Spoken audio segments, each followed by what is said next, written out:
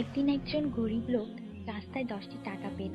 সে ভাবতে লাগলো, এই 10 টাকায় কি কেনা যাবে। সারাদিন এই 10টি টাকার চিন্তায় সে সময় নষ্ট করে ফেলল।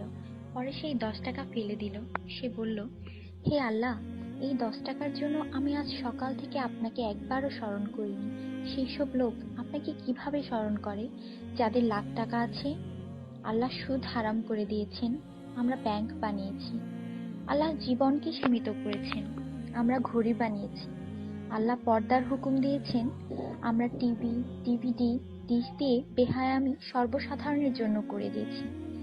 আল্লাহ বলেন, কোরআনে তোমাদের সফলতা, আমরা অক্সফোর্ডের বইকে সফলতা বানিয়ে নিয়েছি। আল্লাহ মিথ্যা বলা নিষেধ করেছেন, আর আমরা এপ্রিল ফুল পালন করা শুরু করে দিয়েছি। আল্লাহ বৃদ্ধ বয়সে মা বাবার সেবা করতে বলেছেন, আমরা বৃদ্ধাশ্রম বানিয়ে ফেলেছি। আজ মুসলমান এই জন্য দুশ্চিন্তায় যে যাকে খুশি করার তাকেই তো রাগিয়ে ফেলেছি।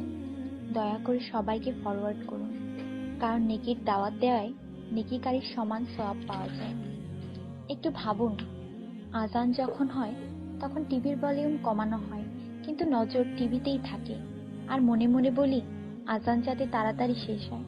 এটাই কি আজানের মর্ম? আপনি নিজে আপনার মনকে প্রশ্ন করুন।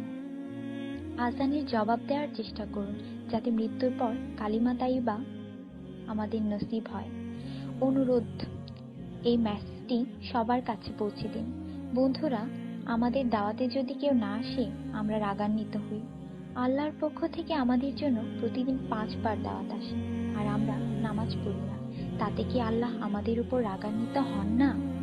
এটি শুধু মেসেজ না, বাস্তবতা। দয়া করে নামাজ আদায় করুন এবং অন্যকে উৎসাহিত করুন। যিনি এই মেসেজ পড়েন তাদের উপর আল্লাহ আরো রহমত দিন, এবং যিনি এই মেসেজ ফরওয়ার্ড করেন তার ভালো ইচ্ছা আল্লাহ পূরণ করুন এবং হিদায়াত করুন। নামাজের চিন্তা করুন, ব্যালেন্সের না।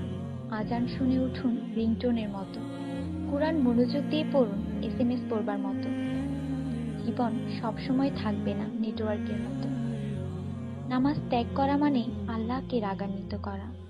ফজর 6 মিনিট, জোহর 15 মিনিট, আসর 8 মিনিট, মাগরিব 10 মিনিট, এশা 18 মিনিট, মোট 57 মিনিট। 80% লোক এই মেসেজ ফরওয়ার্ড করে না। দয়া করে আপনি করুন। আল্লাহ সবার মঙ্গল করুন। আমিন।